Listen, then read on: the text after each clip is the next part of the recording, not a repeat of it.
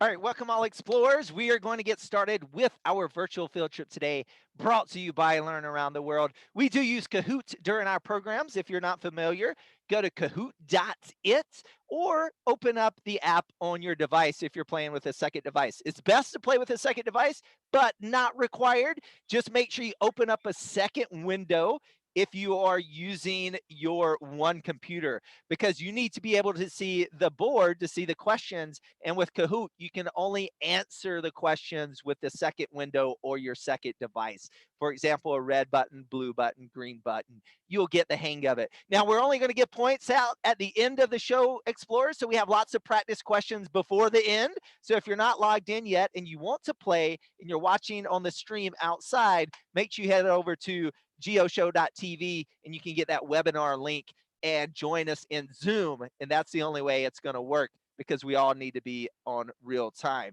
With that said, let's do it, explorers. So welcome to the Geo Show.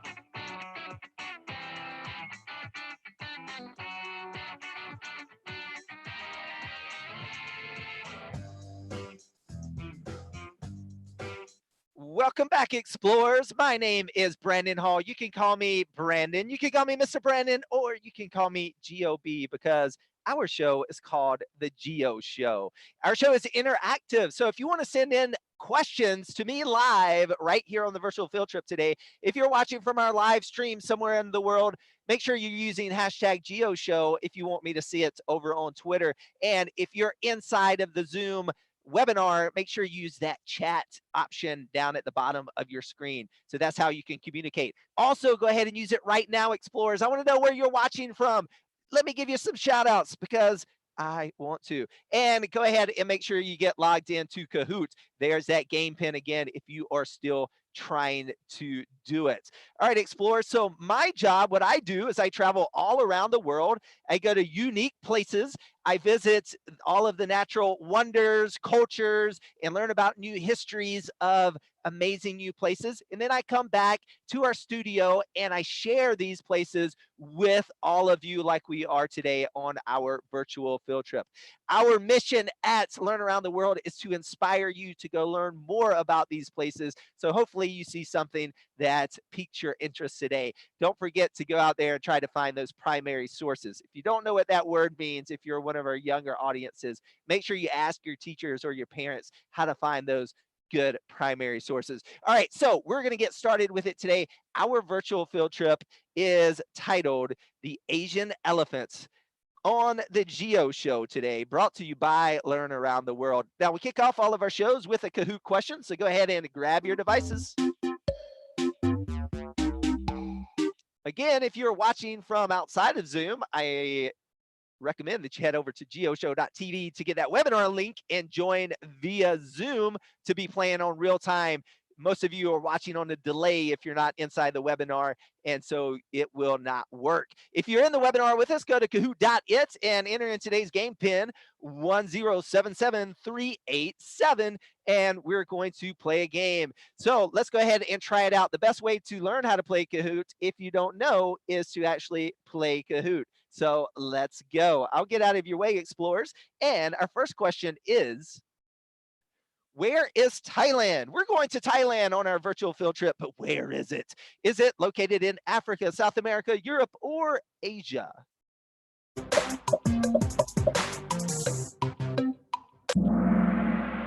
All right, so most of you are right on the money. It's located in Asia. If you need a brush up on your geography today, we are the Geo Show. We are a geography-based program, and we like to say that location matters. So what I always ask you to do, explorers, no matter if you're on a virtual field trip, you're on a real virtual real field trip, or you are reading a book or watching a documentary or wherever, however you're traveling and exploring this wonderful globe, then I encourage you all to ask these questions. How is the place that I'm learning about the same to my home? How is it different than my home? And ask those follow-up questions. Why is it the same? Why is it different? If you don't know, Those are great questions to go ask experts and people that might know. All right, so always dig deeper, explore. So let's get started. Today we're headed to Thailand. So on our virtual field trip, we're going to leave the United States, if that is where you're watching from, and we're going to head over to Thailand. A couple of things. Thailand, which is really neat because it's actually shaped like the side profile of an elephant. Does everyone see that? Do you see the big ears and go down and see the elephant trunk? Kind of cool, huh? Well, we are going to Thailand today to talk about the Asian elephant. Now, Asian elephants are found in other countries, and I'll show you their range here in a second. But specifically today, we are going to northern Thailand, and we're going just north of, you might have heard of a place called Chiang Mai. We're going north of Chiang Mai today to somewhere called the Elephant Nature Park. Now, the Elephant Nature Park is a sanctuary for elephants. That means they are protecting the elephants. So it's not a zoo. It's not a place to come and ride elephants. You're not allowed to ride elephants here. So they are a home for elephants. And most of our elephants that are found at the Elephant Nature Park are either injured or they have been either injured or rescued from a bad home. So these elephants are brought here to live out their days in a better life. And their side mission to that is we can come here and look and learn all about these wonderful animals. And because elephants need to be learned about, especially the Asian elephants. All right, so as I'm telling you about the Asian elephants and where they are found, make sure you are showing me in the chat where you're watching from today, because after I talk about Asia, I want to know where you're watching from, where we're traveling from today, and let's look at it. So the former habitat, so the original habitat of the Asian elephants, we're going to see is shaded in these diagonal lined areas. So that was all up into China, into the Middle East, all of India, stretched down into Indonesia, for example. Now look at these black shaded areas, a lot smaller, right, explorers? This is the current habitat of the Asian elephant. The Asian elephant is not doing well. In fact, the Asian elephant is endangered. So endangered, does anyone out there know what endangered means? You can let me know in your chat box. Let me know what endangered means. All right, so we have some folks watching from Michigan. We also want to know some game pins out there, so let's throw it up for you. Let's see, another Michigan in the house, Massachusetts, North Carolina's in the house, California, shout out Oregon, shout out to Oregon as well. So lots of people. So there, Myra's saying, yeah, there's not many of them, or Crystal says they're nearly gone. Listen, Michaela says they're almost gone. All of these are fantastic answers, right on the money. High five to all of you there. So yeah, so if you're endangered, that means you're just one step away from becoming extinct. And extinct means you're gone forever. That means we don't have you anymore. We don't, the plant goes extinct, or the animal goes extinct. We can also use that word for other things, like volcanoes sometimes go extinct. All right, so that means it doesn't live anymore, or in a volcano's case, it's not erupting anymore. All right, so but endangered means danger, danger, danger. They're almost extinct, so they need our help. So usually when we talk about animals around the world and the reason that they are endangered, well, usually there's several different reasons depending on the animal that we're talking about. But the number one reason with most animals is typically loss of habitat. What's the number one reason? Loss of habitat. You are correct. So it is loss of habitat. So there's a lot of people competing with the Asian elephant for habitats in Asia. There's over 1 billion people in China. There's over 1 billion people in India. Lots more people too, in addition, in Southeast Asia. So a lot of the world's population, probably half the world's population, lives in this very small area. And because of that, there's a lot of competition. A lot of forests have been cut down to make room for cities and places that people need. So there's always this dynamic between people and animals. animals need a home, people need a home. How do we do that with serving both well? And that's a question for a lot of animals that we need to answer and answer soon, or we're going to lose some of these amazing animals like the Asian elephant. So today, there's only about 35,000 Asian elephants left. It sounds like a lot, right? But the African elephant, if you compare them to the African elephant, there's about 415,000 African elephants. So a lot more African elephants, and the African elephants aren't doing well. So at 35,000, the Asian elephant is really, really not doing well. So what we're going to do today is we're going to see one of my favorite places on planet Earth, which is the Elephant Nature Park, and we're going to learn a lot about the elephants found here. I'm going to tell you a lot of fun stuff about the Asian elephants, and then we're really going to bring it all together today with talking about elephant tourism. Is elephant tourism a good thing? Is it a bad thing? Is it needed? Is it not needed? All these questions and more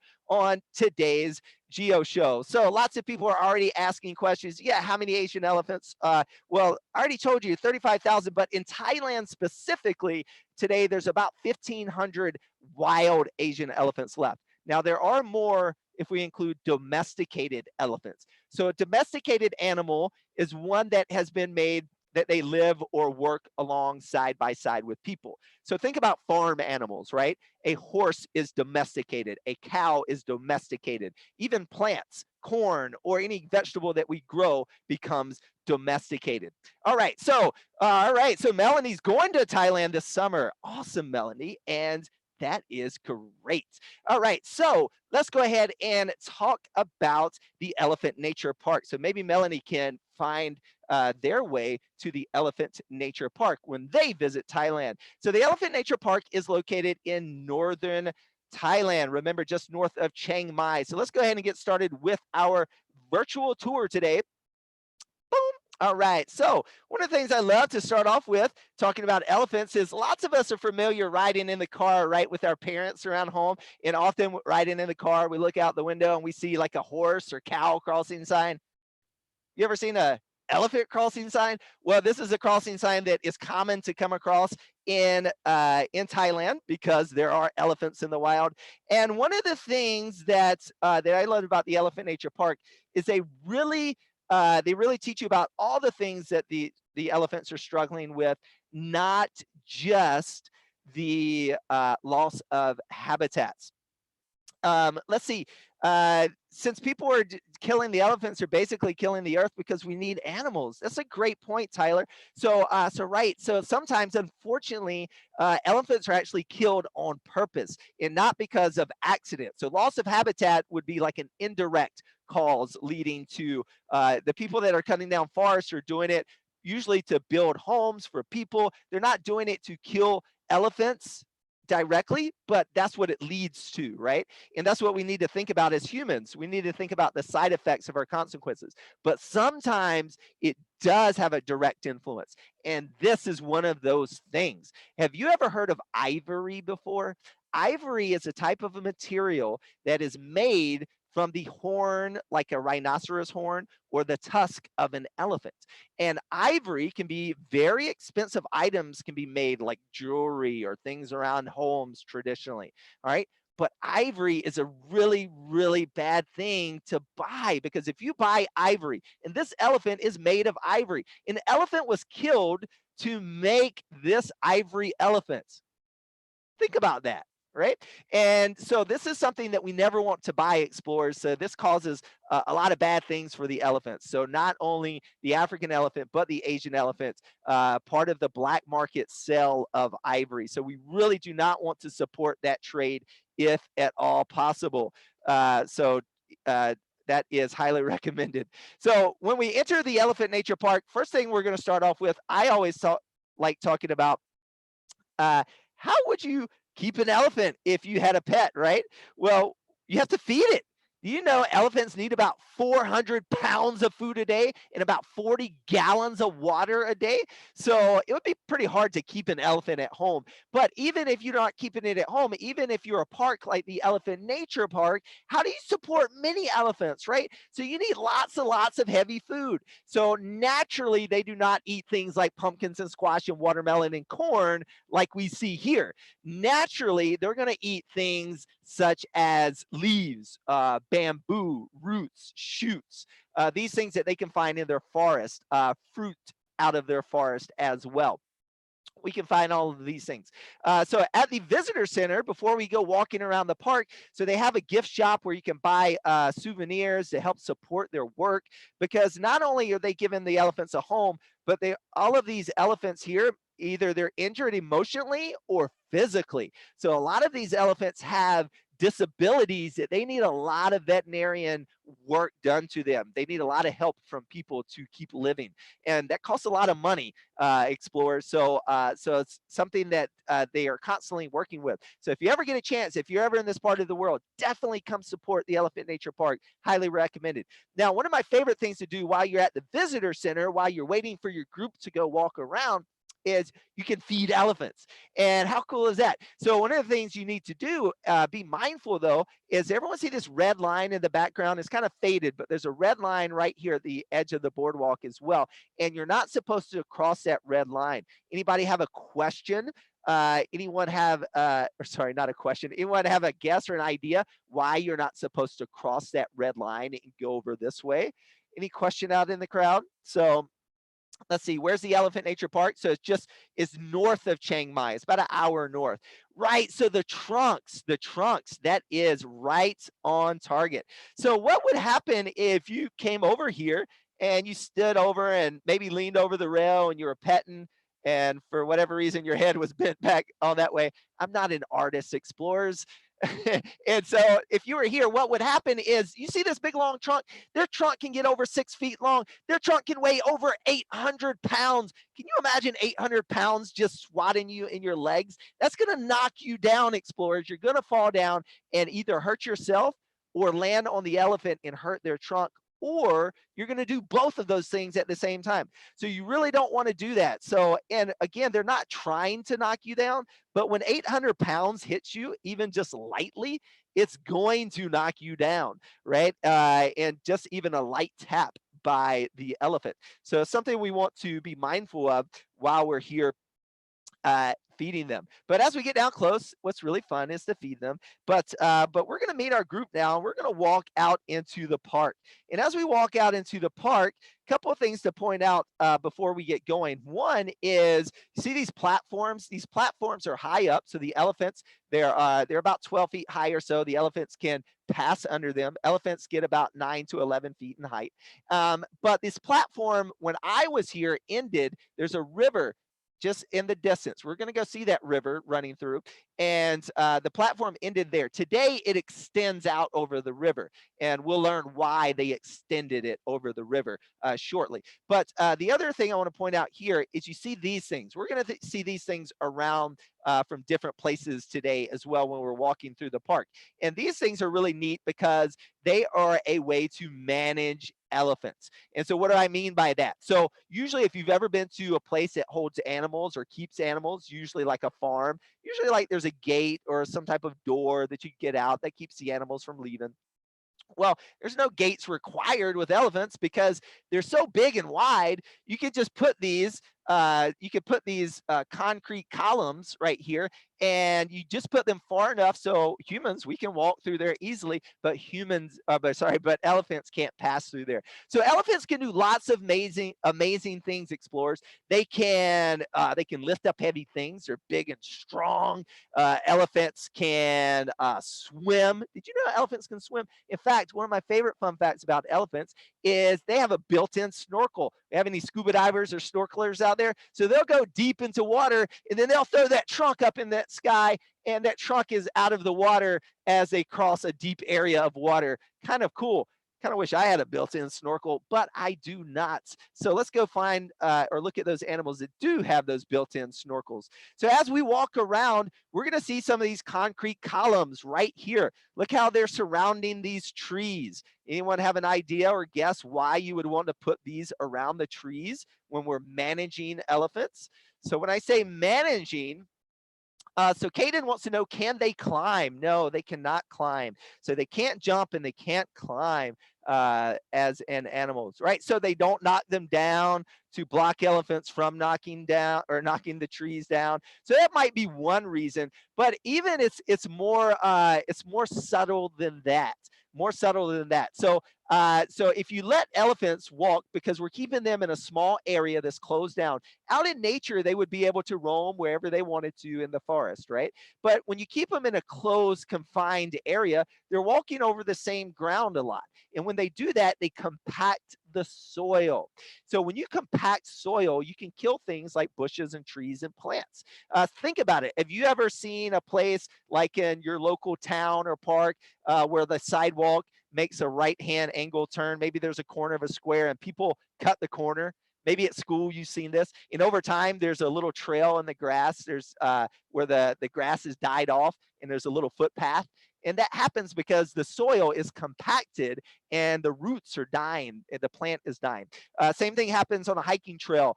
You can go hiking in the woods sometimes, and you can see trees dying beside the hiking trail. And this is from humans, not elephants. So imagine how much the soil gets compacted with elephants. So they're trying to protect the trees so they can keep their shade here, because the elephants need shade it's a hot place in Thailand. And so here at the Elephant Nature Park, one of the things they do is, if you notice here, is they have some artificial shade. It's kind of like a big umbrella over there. So sometimes they have big areas where they don't have enough trees. So that's why they're trying to save the trees they do have. What they're trying to do here is provide some shaded areas for the elephants, because elephants can overheat in the sun. It's very hot in Thailand. So when we go around here and start looking at some of the elephants themselves, elephants live together in groups, and the groups are called herds. What are the groups called? All right, herds. They are called herds. And you may have heard, if any of you love elephants like I do, and you love the library like I do, then you may have checked out a book about elephants at some point, and you may have seen them talk about a family. And that's because typically a herd is made up of a family of elephants. So typically what happens is a small group is typically a family, and that's because the females never leave their family. So usually the family you're born into, you stay there as a young female elephant. You grow up to be a mommy elephant. You're a mommy several times. You become a grandma and a great grandma.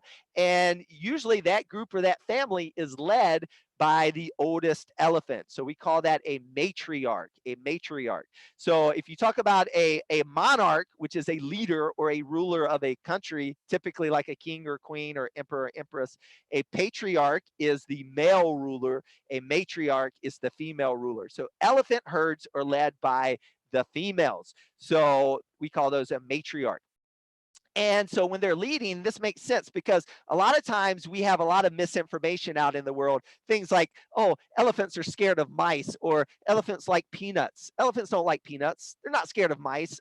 Why would an elephant be scared of a little bitty mouse? Now, maybe it's running and it flashes and they get a little startled by the flash, but it's not the mouse that is scaring the elephant. But what elephants do have that's common, usually when you talk about elephants with people, is that they have great memories. They do have very fantastic memories. And so this is why you want your oldest female to lead the group, because if there's a time of drought, they may remember some watering hole that they found 30 years ago. Now, elephants can live up to about 70 years, so they can get quite old, about the age of a human. And so they can live a long, long time. And so these groups are led by the matriarch, so the oldest female. The males, they typically leave the family when they reach sexual maturity, which is usually around 10 years or so.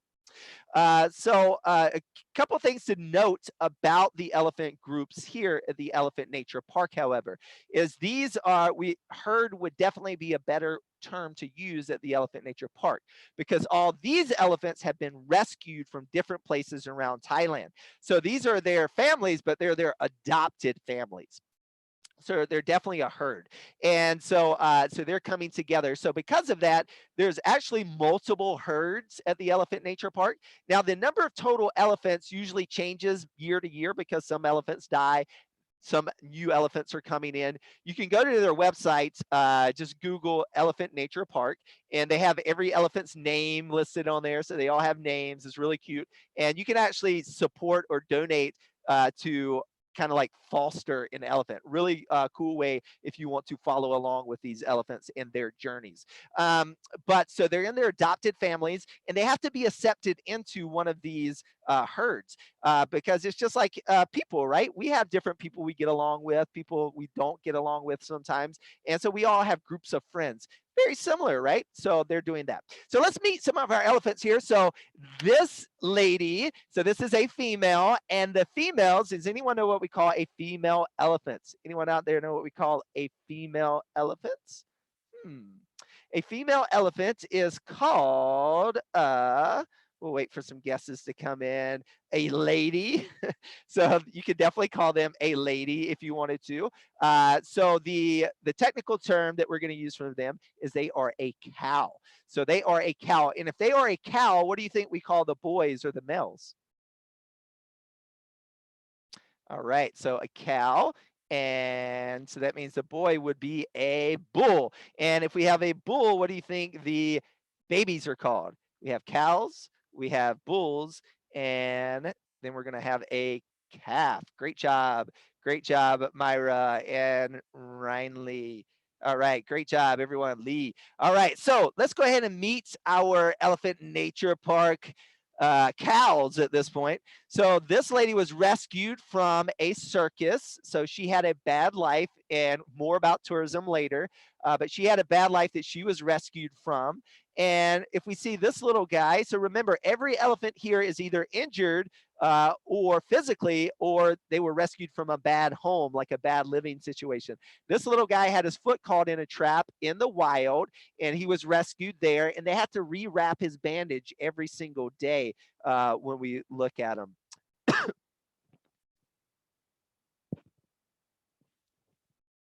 Next up, when we look at this next cow, she's also injured, and she's injured for a very different reason. So she wasn't caught in a trap, but also something bad by humans like traps. And so because of past wars, there's something, this really horrible invention by humans. So our younger audiences out there, you can ask your parents or your teachers later about this, and you can have a conversation of what this means. But unfortunately, we have to talk about this stuff because these things exist in the world. So there's these bad things called landmines, and landmines are found around the border areas of Thailand. Now, people know about borders. Animals don't know about borders. Borders are a human invention. There's no such thing as a border to an elephant. So they don't know that there's landmines in an area. So when they go in an area that's full of landmines and they step on one, it goes kaboom. And so we can see her leg. Look how far it comes out. See how far it comes out there? It's very bad, huh? And so if you look at this cow, this is a normal stance of an Asian elephant. So the legs are straight up and down, parallel there. Obviously a lot different. So this cow would definitely die in the wild. She would not be able to roam around far enough to eat enough food. But here at the Elephant Nature Park, they can take care of her. And so that's one of the reasons we love the Elephant Nature Park. So when we look at this cow, she's actually blind, and she's blind because she was rescued from a circus as well. And so these sometimes when you want to ask an animal to do something, right? So when we think about things at the circus, riding a tricycle, playing with a ball, painting a picture, or anything like that. Elephants don't naturally know how to do this. Elephants, they're very smart. Elephants are very smart. They can learn how to do these things, but they don't want to. So in order to teach elephants how to do these things, unfortunately, when an animal this big, an animal that weighs up to 10,000 pounds, either you get people or animals to do something either by giving them a reward, so you can give them a piece of fruit if they do it, or you do it with pain. You hit them, right? You give them a whooping. And so the way you do it with an elephant that they're going to feel it is you hit them in their eyes. She's gone blind because this happens so many times. And this happens a lot in entertainment industries that use elephants. So we do not recommend supporting those, but we can all make our own choices. We'll get more into tourism in just a minute. So when we look at the bulls or talk about the boys, this is a bullpen, and they keep them separated because someone was asking earlier, do they fight? Well, they can become aggressive when it becomes time for mating. So boys or the bulls do not live with the families or the herds until it's time for mating, and then they come around, they'll fight each other, they'll become aggressive with people, and that's why they keep them separated in the bullpen. So watch this elephant, this bull as he comes up, and if everyone notices, we have some fully developed tusk here. Did you notice any fully developed tusk on the cows that I showed you earlier? So no, you did not see tusk on the cows. Although we do see a little bit of a nub of a tusk with the females sometimes with Asian elephants. So this is our first difference that we're going to learn today between the Asian and African elephants. So the Asian elephants, the females do not have fully grown tusks, but the African elephant, the females and the males both have fully grown tusks. So that's one of the differences between the two as well. So often here on the Geo Show, if you are a returning explorer, you know this. Sometimes we do deer ears here, so we like to give ourselves a better hearing adaptation. So everyone take your hands and like you're scooping up water and put those scoops behind your ears. And so what we're going to do is we're giving ourselves bigger ears. You know what? Today's show, we should call it elephant ears, not deer ears. And we're going to take our big elephant ears and we're going to point it towards the speaker where you hear my voice right now. So big ears are better ears because sound travels in waves. And if you can catch more waves, then you can hear more things. It's like going fishing. You want a big net, not a small net, right? And we want to catch more sound waves if you want to hear really well. So that's what we're going to do. You should hear me a lot louder right now because you're using your elephant ears. So I'm going to be quiet and we're going to listen to one of the sounds that the bull elephant makes.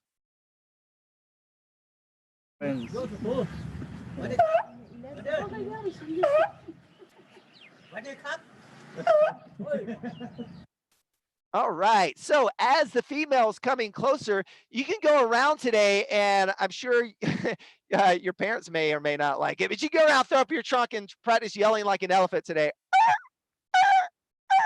All right, and as you're doing that, a couple of things about elephants and sound. For example, one of my other favorite things about elephants, I have lots of favorite things about elephants, by the way.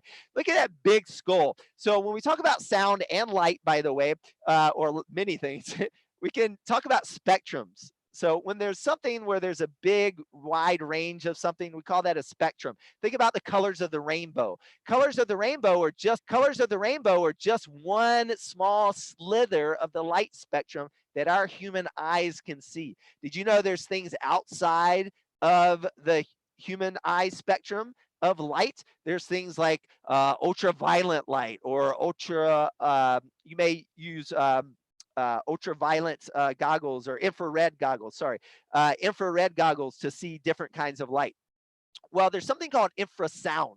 So when we think about the spectrum of sound, we have high sounds and then low sounds. Brrr, right? So those low sounds, there's something that goes even lower that our human and even our makeup elephant ears cannot hear. And it's called infrasound.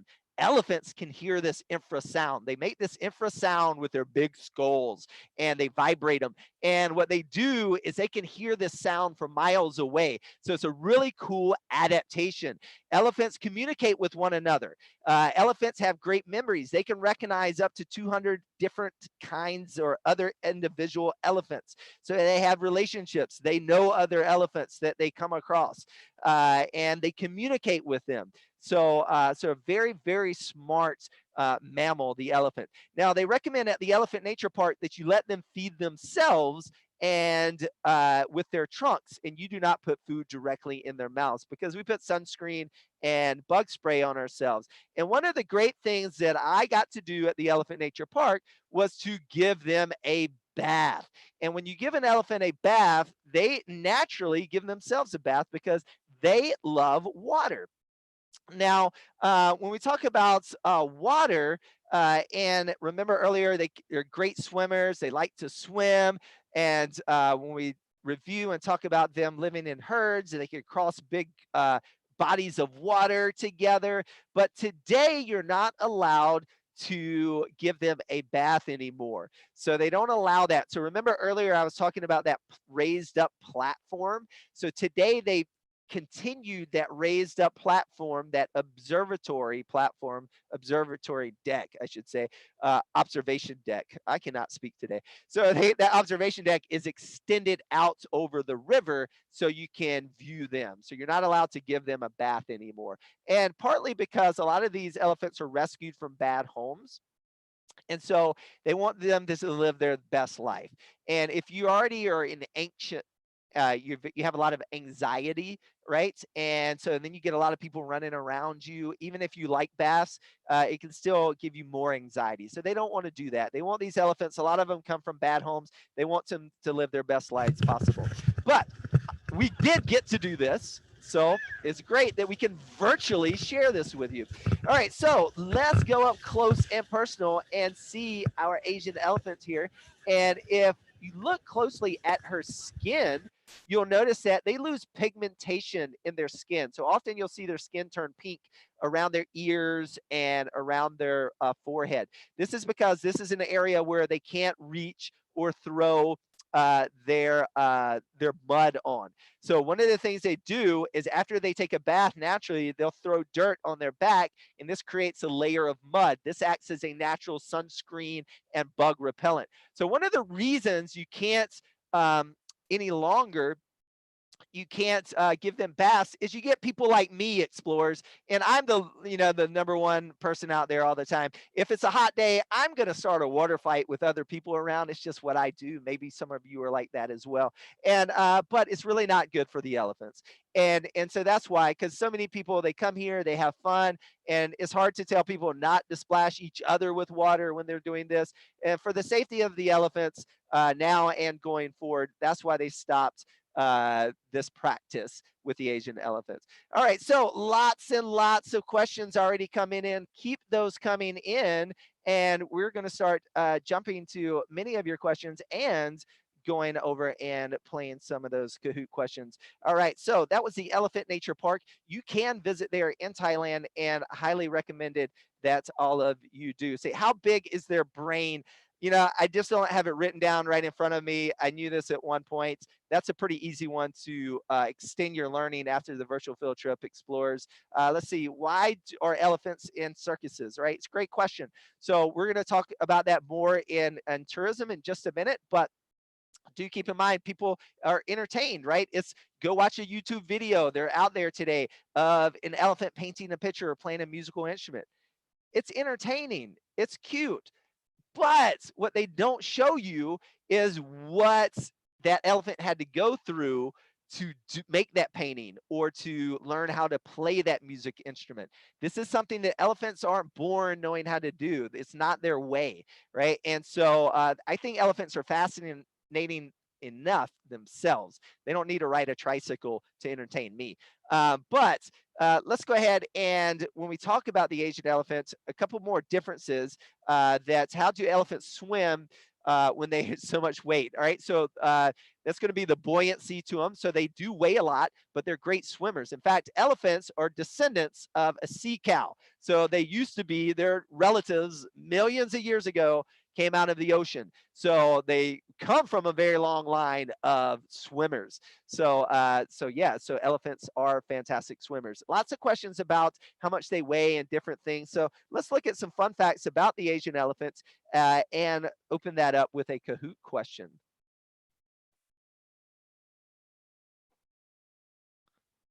All right, explorers, I want to know, how many species of elephants are there?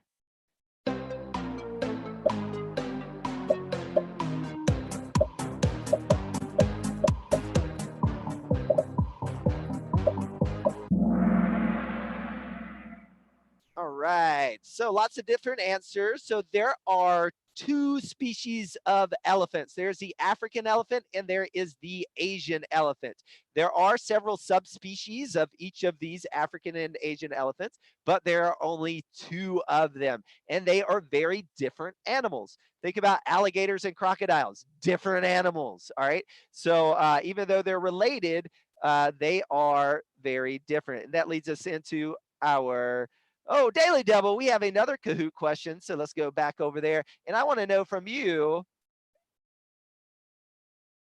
the Asian elephant is more closely related to the African elephant, the manatee, the woolly mammoth, or the rhinoceros. What do you think, explorers?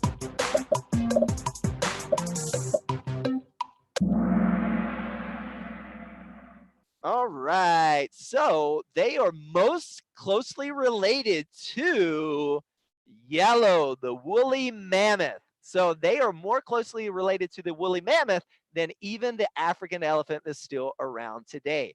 What? How does that work? All right. So they are different species right now. If you go back in the history of the family tree, their last common ancestor was about 6 million years ago. And along that path of a common ancestor, the last common ancestor that the Asian elephant had between these animals was the woolly mammoth. The woolly mammoth was a more recent cousin than the African elephant that has split apart and gone a very different way. All right, so they are related. But the woolly mammoth is more closely related. Kind of cool. So that's going to lead us into some of the differences between the two, and you'll start to see how different they look. You know, at first, if you don't look at elephants a lot, you're like, it's an elephant. But they do have some very important differences. One of the cool things about the Asian elephant specifically is with their ears. They do several things with their ears. One is they help cool off their bodies. So they radiate heat. So they send hot blood to their ears. They flip their ears back and forth, which cools off the blood and it goes back into their bodies, cooled off. Other things about elephant ears, you have to kind of use your imagination, explorers. But if you look at the ears of the Asian elephant, it kind of looks like India. So this is the back of it. So probably not the best example, but oops, I wasn't showing to you. Sorry about that. So looking at the back of it, we have their ear that looks like the country of India. All right. And if you look at the African elephant ear, it actually looks like Africa. So that's what we have there. And so just because I did not have it switched over for you. Apologize for that. So this is them flapping their ears back and forth. And when they eat, explorers, they eat so much. Their digestive systems are not that good. They have to chew for 18 hours a day to eat up to 400 pounds of food. That's a lot of chewing. I'm tired just thinking about chewing that much. But again, naturally, they're eating roots, shoots, bamboo. Also, they have toenails. And this is another way that you can tell the difference between the African elephant and the Asian elephant. So if we look at their toenails, explorers, count the toenails. So Asian elephants have 5 toenails on each front foot and 4 toenails on each back foot. The African elephant has 4 toenails on each front foot and only 3 toenails on each back foot. And guess what? If you have toenails, what else do you have? You have toes. Wait a minute, GOB, I do not see toes there. What are you talking about? Well, that's just a big padded foot. But if you look at a skeleton, if you look at the bones, Google it afterwards if you don't believe me, look at a skeleton of a elephant and they have 5 individual toes. So they're actually walking around on their tippy toes. Imagine like big ballerinas and those ballerina shoes. That's what they're doing there. So they're walking around. I love that about elephants. And when you talk about walking around, well, as they walk around, they leave different things around. And one of the things that we often talk about animals is you can tell a lot about an animal by looking at what comes out of an animal. So what we're looking at here, explorers, is a big old pile of droppings or animal poop. All right, so comes out of an elephant. But what we can tell here, what information we can learn from this is the age of the elephant. So elephant digestive systems are not great to begin with. That's why they have to eat so much food. Not only are they big, it's just they don't digest a lot of it. And this digestive system gets worse the older they get. So older elephants have more what's looks kind of like rotten poop. And so it's just one way. It doesn't look as healthy. And I know it's weird to say that, use that adjective for droppings, but other ways that we can tell the near age of an elephant is we can look at the forehead of an elephant. If you look at her forehead, this is a cow, you see these dimples or kind of like your temples in your forehead. It's kind of concave here, so your forehead curves in a little bit. So that word is called concave. Well, look how deep her forehead is. So the older these elephants get, the more deep their forehead becomes. It becomes more concave. And so when we use a younger elephant to compare with, we can compare that to this younger cow, this younger mother. Look, her forehead does not have these big, deep pockets. And then we have this younger baby. Someone was asking earlier, how much do the babies weigh? Well, when they're born, they are 200 pounds, and the moms are pregnant for 22 months. Whoa, that is a long pregnancy. So 22 months, they typically have one baby at a time. They can have twins, but it's not normal. It's not usual to have twins. And then they, because they're mammals, they give their babies milk. So typically they nurse their young for the first 3 to 5 years of their life. And once their baby leaves or stops nursing, if they are female, once they reach 10, they're going to stay with the family. If they're male, they're going to leave the family. And then also, then they can have another baby. But they need to go 22 months through pregnancy and then another 3 to 5 years of raising the child they have, or their baby, their calf that they have, milking for 3 to 5 years. And then they can become pregnant and have another child. So last thing, you can't talk about elephants, of course, without talking about the trunk. And let's look at this trunk. What do you think, explorers? Did you know that the human body has around 750 muscles in the human body?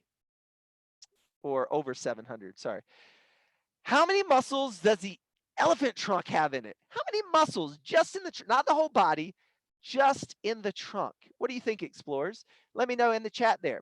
Let's see. Do they have different bones than us? Well, their bones are made of calcium, like ours has calcium in it, but a lot bigger than ours, of course. Let's see. 800, go higher. One. Yep, one. Go higher. 1,000 higher, 1,500 higher, 10,000 Paul higher, much higher. Let's go there. Did you know that they have, right on the money, Michaela, 100,000 muscles, roughly 100,000 muscles just in the trunk of the elephant? Really cool. That's how they're so strong. Also, look on the end of the elephant trunk. There's a little appendage here that they use to pick up things. We have appendages we use to pick up things as well on the end of our arms. What are ours called? What are these things? We can pick up things with these things. These are called fingers. So what do you think this is called? This is called a finger as well. So here's another difference between the Asian and African elephants. So the Asian elephant has one finger on the top of the end of their trunk. That's all they have. So you can go around and pick up things with your Asian elephant today, your Asian elephant trunk after the show. Or you could try being an African elephant, and you can have one upper finger and one lower finger. So use two fingers to go around and pick up things off the floor and see which one you like better, an African or an Asian elephant trunk. All right, so some of you are already saying, I want two fingers. Maybe it is easier, but they only have one, the Asian elephant, and that's what they use. And that big trunk that they have, as we said earlier, could be over 800 pounds, over 100,000 muscles, almost 7 feet long, and they use it to pick up things. They use it to eat with. They use it to take a bath with. They use it as a snorkel. They use it to drink up water and squirt it in their mouth. They use it to throw dirt on their back after taking a bath. So they cause that layer of mud that's going to give them protection against this is going to give them protection against insects and the sun, because after too much sun, what they'll do is they'll lose, that's why they lose pigment typically on their faces, because they don't have that layer of mud protecting them. And here you can see a better shot where it kind of looks like India the shape of the Asian elephant ear. A couple things, you see that mud on top of the forehead. Last difference I'll tell you with the difference between the African and the Asian elephant. The Asian elephant has two domes on top of their head like this. The African elephant has one dome on the top of their head. So Asian elephant, African elephant, Asian, African, Asian, African, Asian, African. So this is the difference between when you're looking at their heads. Another way you can tell the difference between the two species of elephants. All right, so let's go ahead and talk about these. Get your questions in, and we will wrap up with some tourism and see what types of animals eat them. That's a great question. So do they have predators? The Asian elephant, not so much. The apex predator and where the habitat of the Asian elephant is the tiger, and a tiger is not going to bring down an elephant by itself. But this is not the case for African elephants. African elephants have a lot more predators to think about. African elephants have things like a pride of lions can work together to bring down an African elephant. And even though the African elephant is even bigger, some people were asking, so Asian elephants can get up to 10,000 pounds in weight. The African elephant can get quite a bit bigger than the Asian elephant. So they are bigger. Other predators, you have the crocodile. So like the Nile crocodile that you'll find in Africa. So crocodiles can kill elephants when they're crossing water as well. So they like water, but it can be a dangerous place for them as well. Are they vegetarian? So yes, they are vegetarian. So we call those herbivores in animals, right? So they only eat roots, shoots, plants, leafy material that is coming off of the forest trees that you find with the Asian elephant in Asia. All right, so what we're going to do, explorers, is we're going to go ahead and there we go.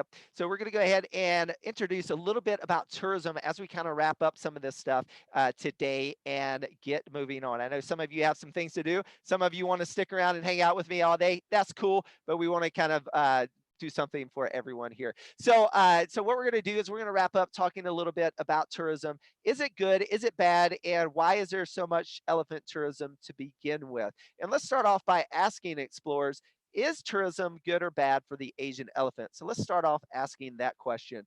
And you can answer over in Kahoot. Make sure you get logged in today before we get to our quiz, so you want a chance at winning that postcard from me. All right, is tourism good or bad for Asian elephants? Yes, no, I don't know. So yes would be yes is good, no for bad. All right, I realize that's a bad worded question. All right, so some people don't know, some yes, some no. I'm gonna go ahead and tell you right now, I go back and forth. There's no right or wrong answer. You can make a very good argument that yes, is good for the Asian elephant, and no, it's very bad for the Asian elephant, and we shouldn't have elephant tourism. I think what I've learned through my travels in Thailand is that it can be a good thing, but we need to choose the good ones. All right. So we're going to show you or talk about some bad forms of tourism and some of those good ones as well. All right, explorers. So when we talk about the Asian elephant, so loss of habitat is obviously the number one reason. And one of the reasons they have a loss of habitat is because of logging. And logging used to be their primary job of the Asian No elephant. home for the elephant right now. The forest come more smaller and smaller, and safety, no one can guarantee that they will be safe. All right, so they are losing their forest. And because we as humans have built societies and things that humans need, and that's not necessarily a bad thing, but we should do it or try to do it in a smart way. All right, so when we look at the logging industry, logging was banned in Thailand in 1988. So most of the domesticated elephants, so the elephants that were already born into captivity. Think about these as like farm animal elephants, domesticated elephants.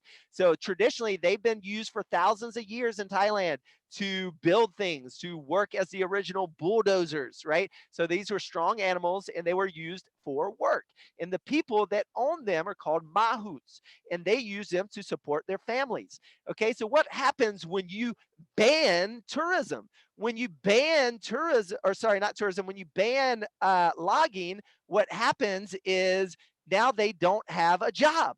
And how are you supposed to uh, support your elephant? How are you going to make money to give it 400 pounds of food a day? And how are you going to support your family if that was your job, your livelihood? So tourism is a way to fill that void. It's a way to give jobs to elephants and the elephant owners, which we call mahouts. Great job. So let's look at it. So when logging was banned, it was replaced largely by tourism. And one of the biggest tourist activities in Thailand is to ride an elephant.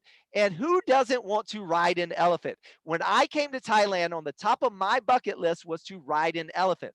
It wasn't until I personally came to Elephant Nature Park and I started learning about this explorers is that you might want to rethink this. And because it can be done in a very bad way and it can be done in a better way. So what we want to do is we want to learn what those good ways are, right? We want it to be the best way that it can be for the elephant and for the mahouts and for you as the person that wants that experience, right? So one thing is the way that it's traditionally done in the tourism industry is not the good way. So when you see the big chairs on the elephants, this is very bad for elephants. Okay, these chairs weigh a couple 100 pounds a piece, and that's just the chair by itself. Then you start putting people on these chairs. People can weigh up to 150, 200 pounds a piece. So now you're putting hundreds and hundreds and hundreds of pounds on the back of an elephant. And if you look at the skeleton of an elephant, go look at those feet after our virtual field trip today. Then look at their back. The center of their back is not designed to support a lot of weight. So what is recommended, the best thing is not to ride an elephant at all. That's the best thing to do. But if you want to do the next best thing and you don't want to do this, what is recommended is you bareback ride an elephant. So that means you ride on the back of their neck and you only have one person riding on the back of their neck. It's a lot better for the elephant. And let's be honest, it's a cooler story, right? It's like, yo, I went to Thailand and I rode an elephant bareback. So I think everyone, it's a win-win for everyone if we can start moving away from this practice because it's not good for the elephants. And a lot of these elephants are overworked as well. So if you get an elephant with hundreds of pounds on its back and is tired and cranky, if you get a 10,000-pound animal that even if it's just a little temper tantrum, that can be very bad for someone that weighs only almost 200 pounds. That can hurt people, and people have died because elephants have thrown them off and charged them. And even if they didn't intend to hurt them, it can happen. So these are things we want to think about. So I think it's better for everyone, people and animals, if we do not support this chair riding. And that's is what we learned from the Elephants Nature Park. We asked them, do the local elephant riding camps, do they still allow riding? And what they have found is a lot of the local camps have started moving to the bareback riding. And this is a win for everyone because you can charge more money. It's like going buying an organic apple, right? It's better for your health. The farmer can charge a higher price for that organic apple, these types of things. In a similar vein, you can charge a higher price for riding bareback. It's better for the elephant and it's better for you as well. I think it's a win-win. Other things when we talk about elephants is their mahouts. And a lot of the good things is we need to think about is when we support good elephant tourism, a lot of the mahouts today are actually immigrants from Myanmar. So a lot of them aren't Thai people. And so a lot of them have families to support, and this is a very good way to support the immigrant population in Thailand is by supporting good forms of elephant tourism. So it helps people, it helps elephants, and it makes for cooler stories. Win, win, win, right? That's what I think. All right. So when we talk about the circuses, one thing we talked about is we learned from the Elephant Nature Park is when you train elephants, you want to try to teach them by just giving them treats. So I love showing this clip because this elephant, the mahout was trying to get it to come over so we can take a picture. This elephant was like, nope, not today. I'm done. I've had enough. I'm going over here. And that is okay at the Elephant Nature Park. You can't ride the elephants. You can't force them to do things. They are living their life how they want to at the Elephant Nature Park. And this is why we love the Elephant Nature Park and highly recommend it if you ever get the chance to come here. They have other sites as well around Cambodia and That's Thailand. like you saying effort. So the last thing we want to show you is this is an example of a show or a circus that you'll find with elephants. And I remind you, it can be entertaining. It's part of a story. We go to the circus. My 11-year-old Brandon self right now is dying inside because I love the circus and I loved elephants. What I've learned in my age, and I hope all of you can continue to learn as well, is this is not good for the elephants. In order for this elephant to learn how to lay down, stand up, run around where it wanted to, I guarantee you it was not a happy day for these elephants as they were learning to do this. So we need to keep that in mind as we watch.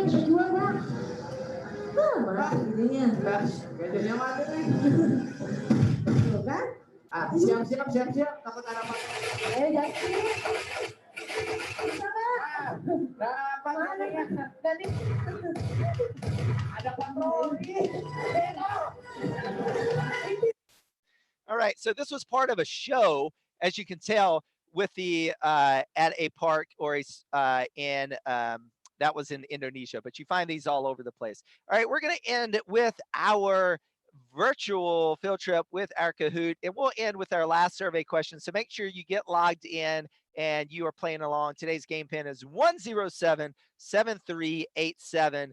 And our last survey question, did anyone's mind change? Let's see, we had a lot of yeses, a lot of no's, some I don't knows. What do you think, explorers? Do you think elephant tourism is good or bad for the Asian elephant? So answer yes for good, no for bad. I still don't know.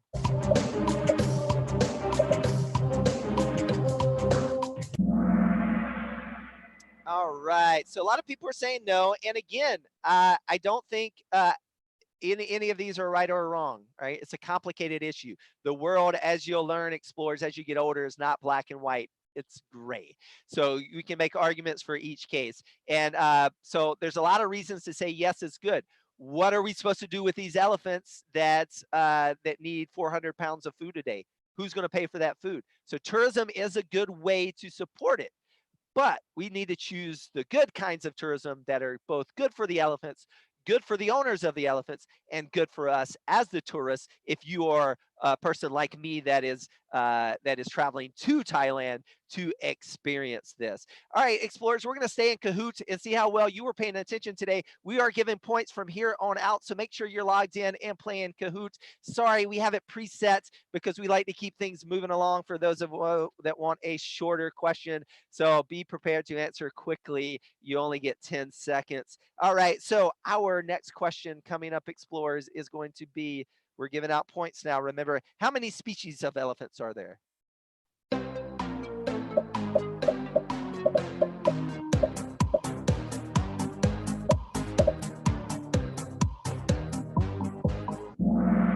All right, there are 2, and jumping out to the lead today, we have dun, dun, dun, dun, Wise Cat takes the lead. Is Wise Cat going to stay there, explorers? I don't know. Only you know. The Elephant Nature Park is in what country? Is it Thailand, India, Cambodia, or Indonesia?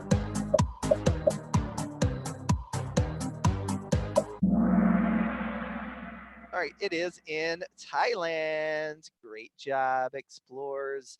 And we have the same leader, Wise Cat, followed by Smart Otter. Because elephants eat so much food, they need to chew for how many hours a day?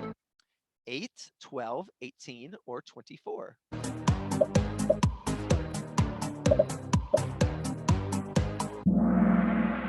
All right, so it is 18. A good job, explorers. And we have Dazzled B takes the lead. All right, 2 more left. True or false? You can ride elephants at the Elephant Nature Park.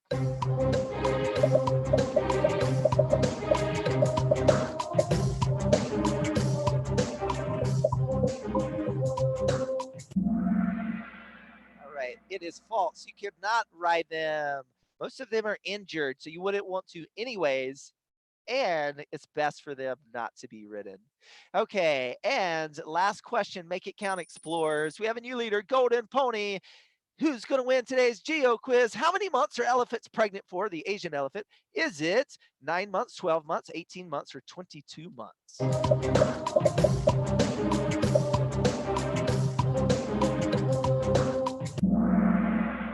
All right, it is 22 months. Great job. And today's winner is... All right, it is Golden Pony. All right, great job today, Golden Pony. Golden Pony, make sure if you want to receive a postcard from the GOB from the Learn Around the World studios, make sure you go to geoshow.tv. Up in the menu, there's a Kahoot winner. Click on there. Ask your parents first if it's okay. Practice that good digital citizenship, and we will send out a postcard to your chosen destination because snail mail is alive and well. All right, explorers, it's been a real blast traveling around the world with you today, and I hope you continue to do so. So my name is Brendan. You've been watching the Geo Show, and until next time, keep exploring, and don't forget to wash your hands. Have a great day. Goodbye, everyone.